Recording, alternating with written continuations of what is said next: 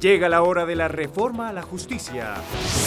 Padres maltratadores o irresponsables podrían ser sancionados hasta con la pérdida del empleo. 2.000 bienes inmuebles del Estado saldrán a la venta al final del año. Juan Manuel Corzo, nuevo presidente del Congreso de la República. Campeonato Mundial de Fútbol Sub-20 estrena controles y sanciones contra hinchas violentos.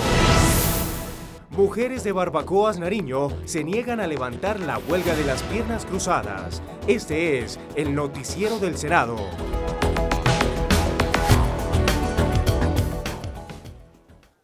Bienvenidos al Noticiero del Senado. Les traemos la información política y las leyes del momento.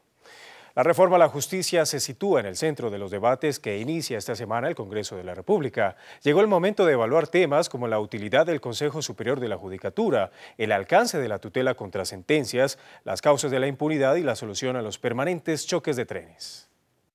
En eso coincidieron este 20 de julio el Gobierno y el Congreso durante la instalación de la legislatura 2011-2012. En lo que todavía no hay entendimiento, ni siquiera entre los altos tribunales, es en los términos de la reforma al sistema judicial. Quedan algunos disensos en temas como la tutela a las sentencias, la reforma al Consejo Superior de la Judicatura y la modificación del papel de las Cortes en la elección de altos funcionarios del Estado. El segundo en destacar la importancia de introducir cambios a la justicia fue el saliente presidente del Senado.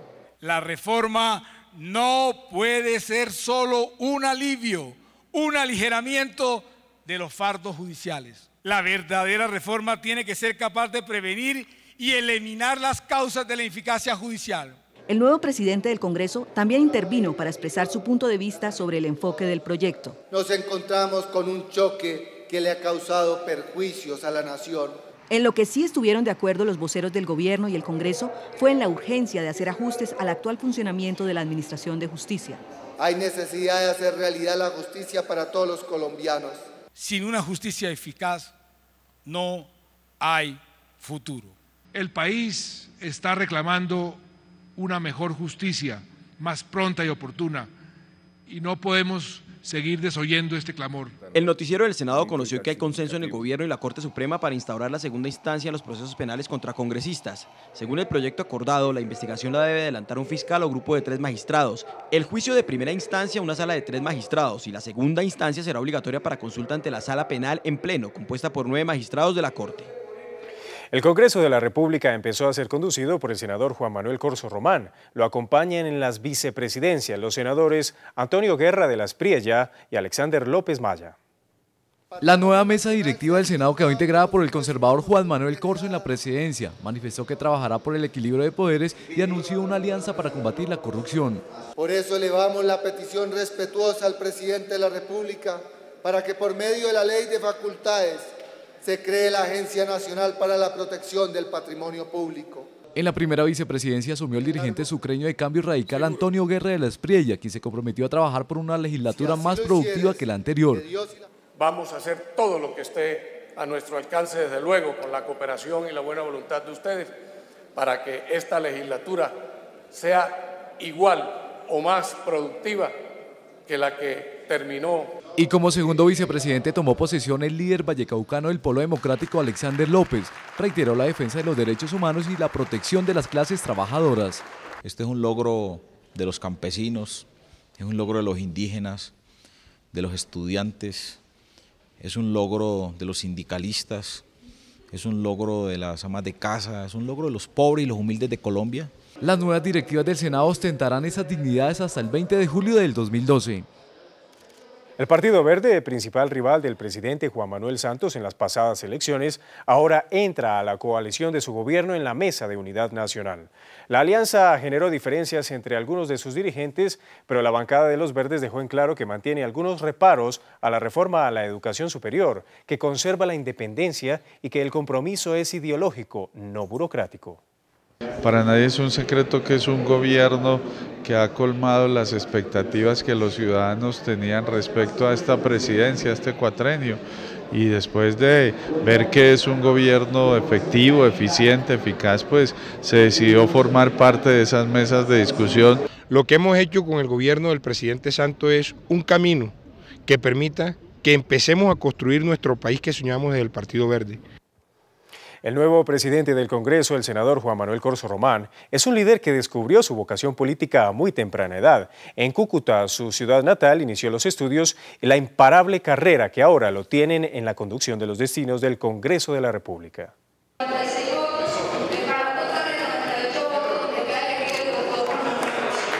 El nuevo presidente del Congreso es un abogado y politólogo cucuteño especializado en derecho administrativo y financiero, pero que poco ha ejercido debido a que desde muy niño sabía que lo suyo era la política.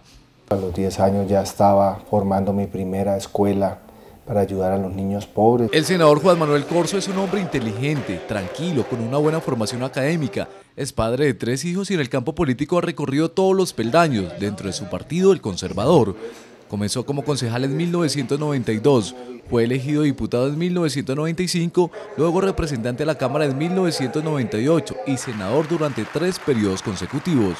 Se encuentra en el camino una de estas dignidades tan importantes que harán orgullo y honor para mi departamento norte de Santander. Además de la política, otra de sus pasiones es el deporte.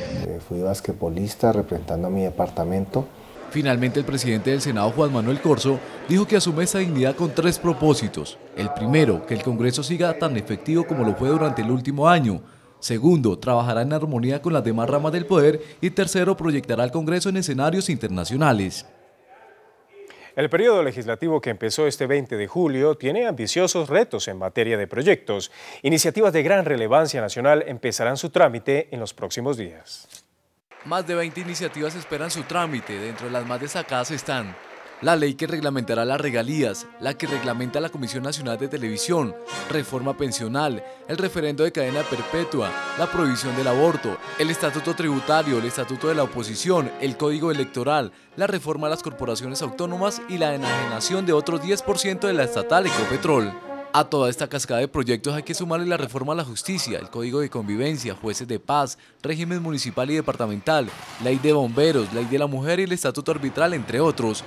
Está la ley de la mujer, está la de jóvenes, la de discapacidad, la de derechos de autor, la de bomberos, la del voluntariado, la de defensoría integral para miembros de la fuerza pública, muy importante, la autorización para la venta de un porcentaje de Ecopetrol, el Código de Minas y las reformas al régimen municipal y al régimen departamental.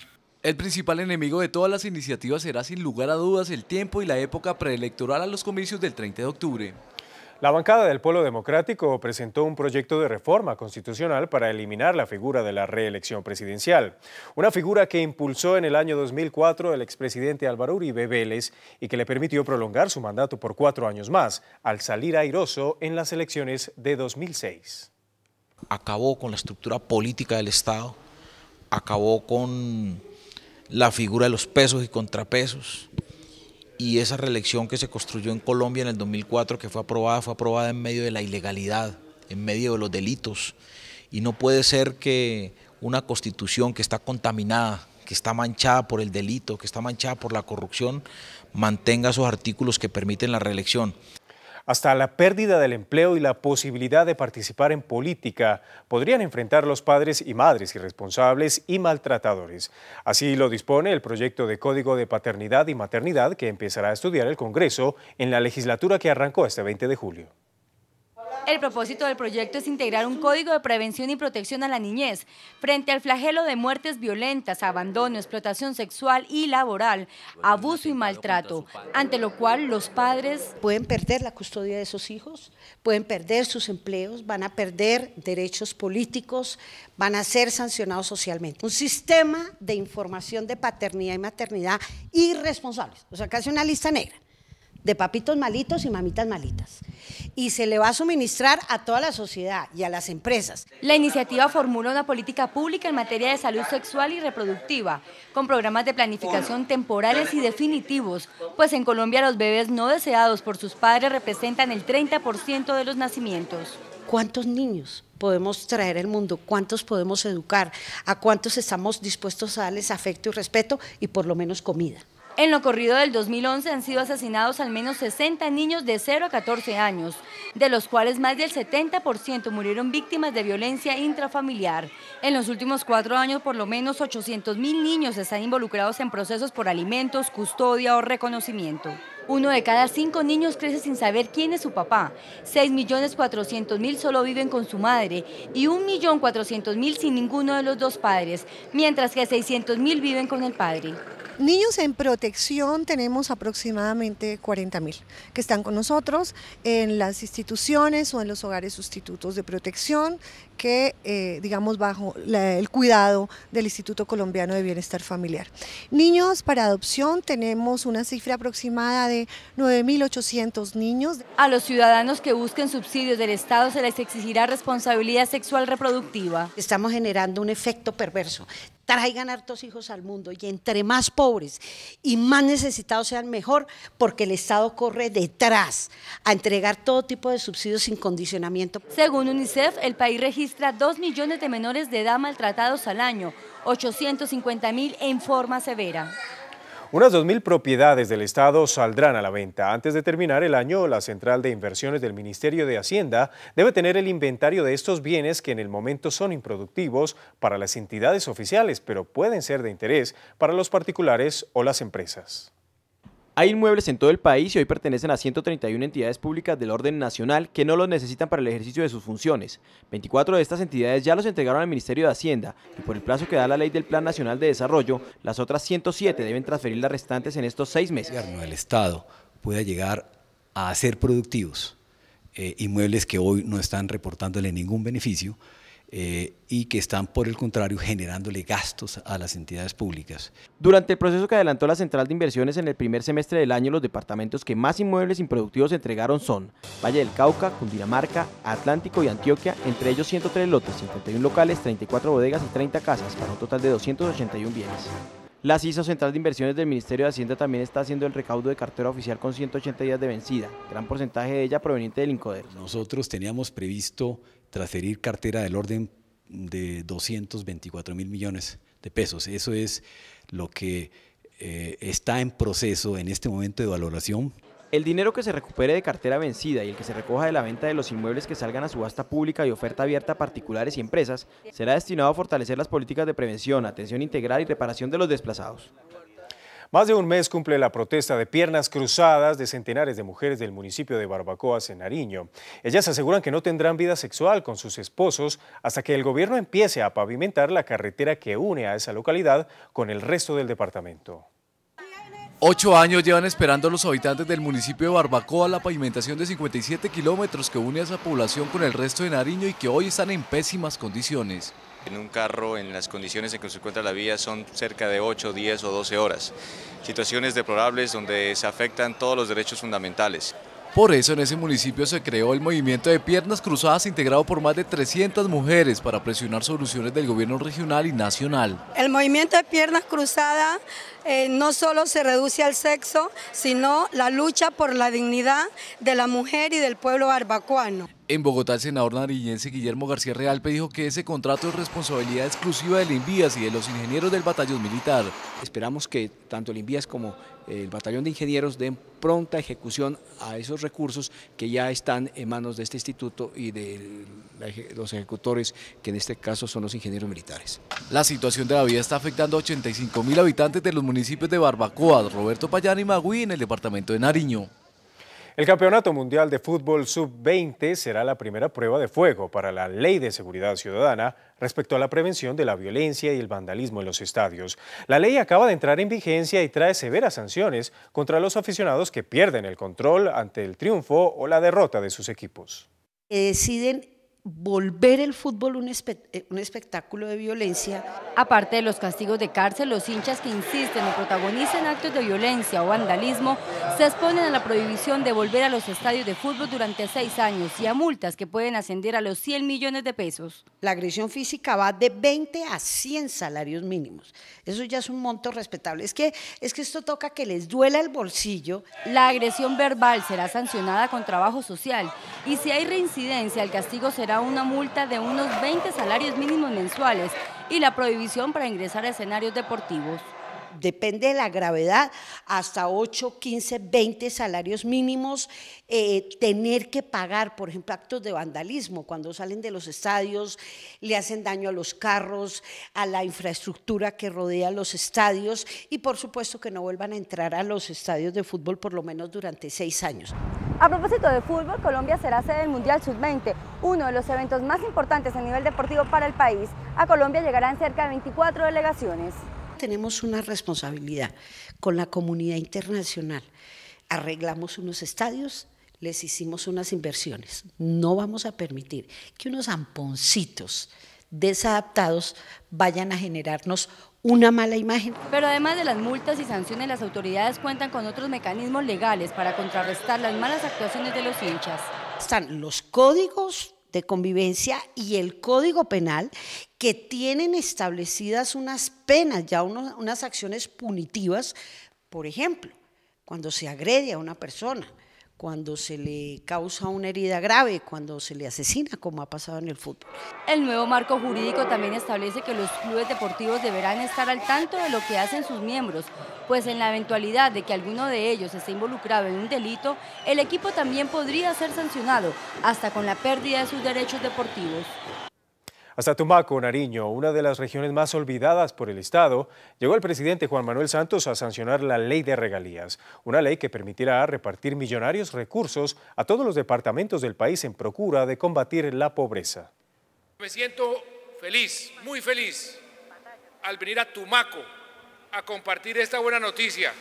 Tumaco, la perla del Pacífico colombiano, fue epicentro de la sanción presidencial de la ley de regalías, ley que según el presidente de Colombia combatirá la pobreza en el país con una mayor equidad social. Como decía el ministro de Hacienda gráficamente, la mermelada se va a repartir por toda la tostada, no se va a quedar en una esquinita.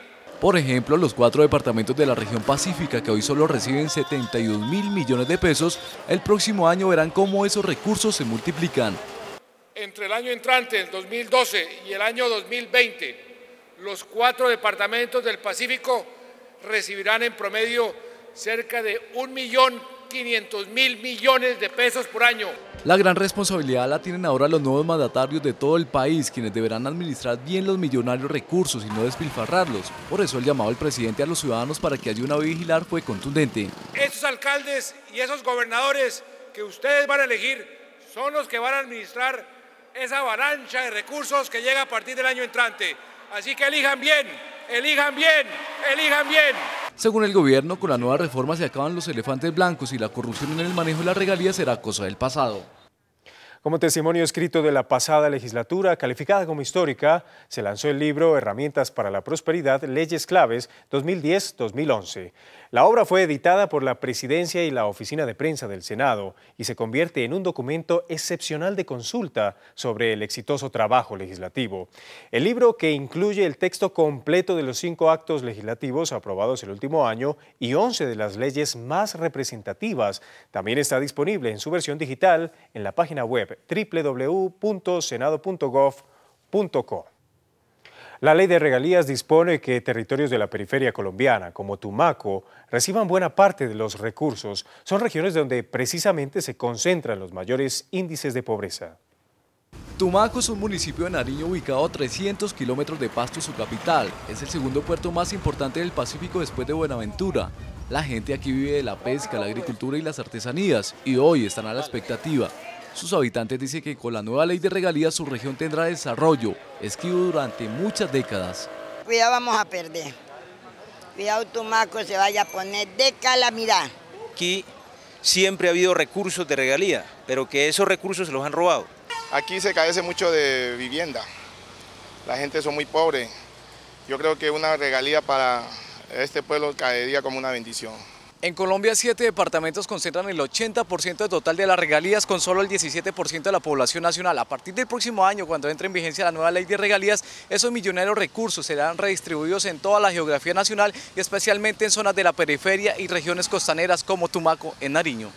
Una región como Nariño, que recibía en promedio 20.000 millones de pesos al año en regalías pasa a recibir más de 450.000 millones. Y es que los millonarios recursos no solo llegarán a Tumaco, sino también a todos los rincones del país. La plata llegará a todos los colombianos, a todas las regiones, a todos los municipios y no a unos privilegiados. Y servirá para combatir la pobreza, el principal objetivo con la que aprobamos esta ley de regalías. El futuro de los tumaqueños queda ahora en manos de sus dirigentes, quienes tendrán la difícil tarea de invertir bien los millonarios recursos que administrarán a partir del próximo año. Aunque surgen diversos cuestionamientos al proyecto multipropósito que se desarrolla sobre el río Ranchería en La Guajira, la obra tiene dolientes. Se espera que en cuanto esté concluida, aparte de agua y luz para el departamento, genere más de 9.000 empleos directos y se convierta en una importante fuente de abastecimiento agrícola. Gobierno y defensores de esta mega obra coinciden en que a pesar de las dificultades, es necesario terminarla ante la inversión que ya se ha hecho y los beneficios que traerá para La Guajira. Pareciera que se quiere señalar que el proyecto solo es un proyecto de adecuación de tierra. Lo primero que garantizaría el megaproyecto es el abastecimiento de agua para los sistemas de acueducto de 9 municipios de La Guajira, beneficiando a cerca de 300.000 habitantes. Con este proyecto ese tema estaría básicamente solucionado, por lo menos para el 50% de la población. El proyecto, inaugurado en su primera fase el año pasado por el ministro de Agricultura, Juan Camilo Restrepo, el cual tuvo una inversión mayor a los 600.000 millones de pesos, permitiría también la diversificación de más de 18.000 hectáreas para cultivos productivos. Ojalá también el plan agrícola, que va a cubrir las 18.000 hectáreas que riega Ranchería, se utilice en cultivos de alta productividad de valor agregado, dado el altísimo monto de la inversión. La iniciativa favorecería, según el dirigente político, a cientos de habitantes que tendrían garantizado el suministro de energía eléctrica. El área de influencia del proyecto Ranchería son 3 o 4 municipios, más o menos unos 50-60.000 personas que viven en las cabeceras. Por lo tanto, la segunda fase requiere recursos que superan los 450.000 millones de pesos. En el marco de la instalación del Congreso, el saliente presidente del Senado, Armando Benedetti, propuso la unión de los países latinoamericanos en la formulación de una política propia contra el narcotráfico, en una estrategia que se convierta en una alternativa efectiva ante el fracaso de la fallida guerra mundial contra las drogas. La propuesta fue hecha al presidente Juan Manuel Santos frente a la realidad y los exorbitantes costos sociales, económicos, culturales y políticos que ha impuesto el narcotráfico a países como Colombia y México. La captura que el crimen hace de casi todos los estados centroamericanos me lucen a mí, señor presidente Santos, una estupenda oportunidad para intentar una política latinoamericana. El llamado al debate sobre el futuro de la lucha antidrogas involucra por igual a la opinión nacional, al Congreso y a las altas cortes de justicia del país. Colombia tiene todo el derecho del mundo de exigir de los países consumidores algo más que ese ominoso reparto de los oficios sucios que la estrategia internacional supuso y nos asignó. El senador Benedetti se refirió a las contundentes conclusiones de la Comisión Global para la Política de Drogas, según las cuales la guerra no ha sido, no podrá y no será ganada, ya que el consumo de opiáceos y cocaína creció más del 30%, mientras se ponían en práctica estrategias para acabar con el narcotráfico. Ha llegado el momento de desmontar estrategias que no lograron resultados. Este giro en la lucha antidrogas implicaría un cambio cultural, tanto en países productores como en consumidores, en la concepción del problema de los estupefacientes. Y hasta aquí esta emisión del Noticiero del Senado. Mil gracias por su atención y nos vemos la próxima semana.